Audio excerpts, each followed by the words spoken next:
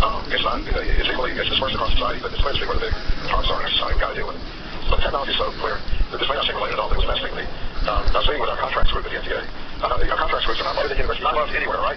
But, contracts groups have a vital function. They sure do at the FDA because we need to work with people outside. We have to have a contract. That's a legal basis. And I was asking, what can we do to help you? And I said, you got to get the old people to figure out how to use technology. And I said, you mean like, I know they don't know R and, they still use SAS and stuff like that, but no, they said, we're talking about Microsoft Office. We still have people that are, sheets of paper, we can't get things done in a complex organization. Can we pair up people and that's working over people? But, technology is the key, and it can be used for either real differences or it can be devastatingly bad if it's only used to exacerbate the inequalities that we currently have. So, you're in a great place to make a big difference in that. So I hope some of you will come to work at the FDA and help us with that. So, thank you for including Stanford as your last stop on your college tour. On behalf of Stanford Medicine, thanks for visiting us and enjoy the rest of your day. The preceding program is copyrighted by the Board of Trustees of the Lillian Stanford Junior University. Please visit us at med.stanford.edu.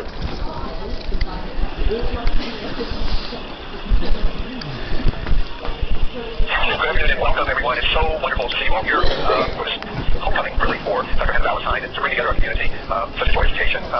So listen to the word from Dr. Valentine. Billy Asher Pete spent years lying next to her son at night, listening to his labored breaths, fearing that they might sometimes stop. As a single mother of an asthmatic son in Memphis, Tennessee, Billy Asher struggled to make ends meet so that her son could get the treatments that he needed.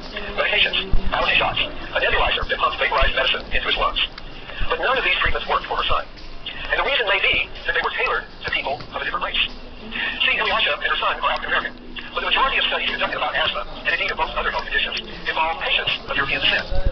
Case in point, a recent article co-authored by Professors Carlos Bustamante and Francisco de la Vega found that 96% of subjects in genome-wide association studies are people of European descent. I read about Ilyasha and her son in an article in The Atlantic this past summer, and their story underlies what I feel deeply about diversity and inclusion, and what I have felt deeply about diversity and inclusion over my career. I know that working through these issues together can be complicated, emotional, and deeply personal, but I consider it our duty to create more diverse and inclusive workspaces. That article also speaks directly to the work of our guest speaker today, longtime Stanford faculty member Dr. Hannah Valentine, who also is NIH's first Chief Officer for Scientific Workforce Diversity. In her role at the NIH, Dr. Valentine recruits more diverse researchers, leading to research that fully reflects the demographics of our society. One of the things that's so special about Dr. Valentine, and the reason I think she's the perfect person to speak to us about these issues, is that through her skills, experience, and her position, she has a compassionate view of the state of diversity and inclusion in medicine, both across the nation and right here at Stanford. As a friend and advisor of mine, I also trust that she will give us her candid perspective on where we are today as a community and how we can continue to move forward. With an extraordinary background as a physician scientist, Dr. Valentine has the intellect as well as the heart to bring transformative approaches to diversity in medicine. She's a senior investigator in the intramural program at the National Heart Lung Institute, and when she was full-time here at Stanford, she was senior associate dean for diversity and leadership in the School of Medicine for nearly a decade. She currently maintains an active clinical research program, building on her findings and monitoring the level of donor DNA in a recipient's blood to detect early stages of organ rejection. She and I share the same attitude about diversity and inclusion. To both of us, diversity and inclusion are the only ways that we as medical professionals can make good on our commitments in the Hippocratic Oath to provide comprehensive care for all people. Maintaining a laser focus on diversity and inclusion makes our society more socially just. As physicians responsible for the physical and psychological healing of the world's communities, we must commit ourselves to improving the broader social, economic, and environmental conditions that can be so severe burdens for patients from all walks of life. Moreover, a lack of diversity and inclusion impacts the clarity and accuracy of our data, as Dr. Valentine has shown in so many of her pivotal studies. For instance, if we don't gather a diverse set of data for ethnicities and lifestyles around the world, we can't recommend personalized, proactive, and preventive treatments. Without diversity, we can't fulfill our promise to precision health. Ultimately, if we're narrow-minded and waver in our commitment to diversity and inclusion, patients like Ilyasha's son will be at greater risk, and they will continue to suffer. I'm so encouraged by people like Dr. Valentine, who recently received the NIH Director's Pathfinder Award for Diversity in the Scientific Workforce. In a paper that Dr. Valentine co-authored with NIH Director Francis Collins in 2015, she and Dr. Collins described diversity as a scientific opportunity rather than as an intractable problem. They called it a research challenge that can be approached with a scientific method and ultimately that can be resolved. For all those reasons and so many more that you'll hear today, please join me in warmly welcoming Dr. Hannah Valentine.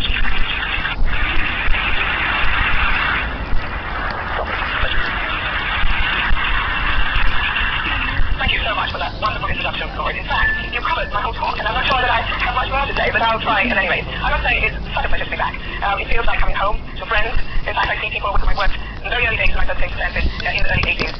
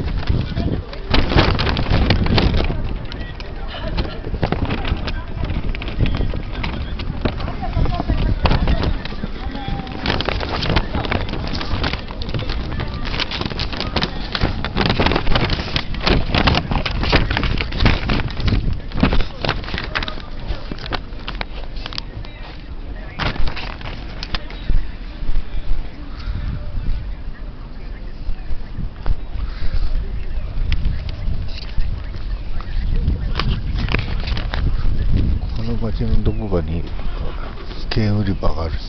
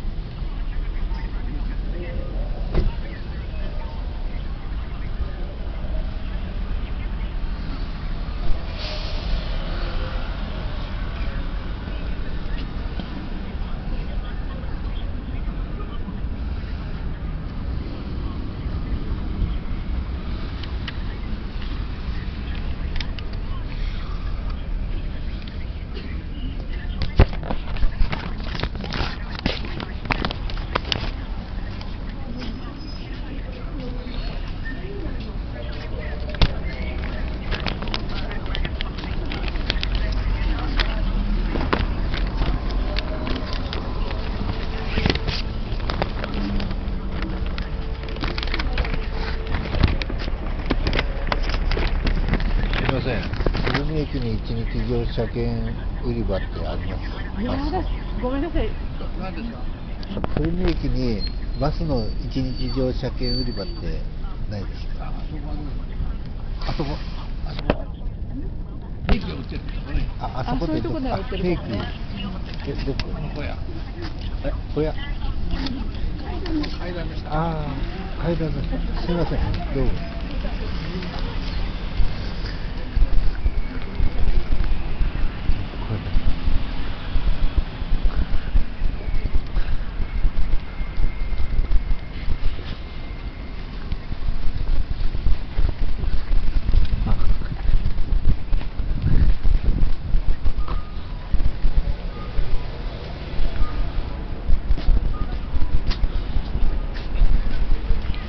すみません。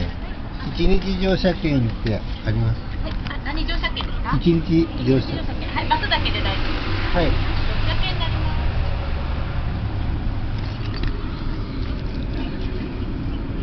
じゃあ1000円お預かりします。お乗りになるのは今日ではないですか？今日です。今日ですか？じゃあ日付を押してしまっても大丈夫ですか？はい、大丈夫です。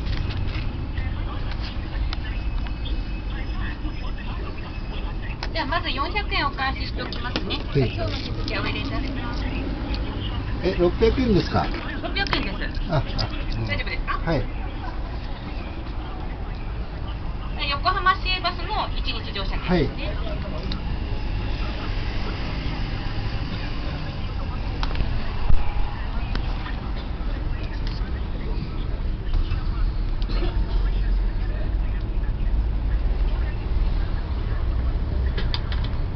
はい、お待たせしました。今日27日の発行させていただきます。ありがとうございます。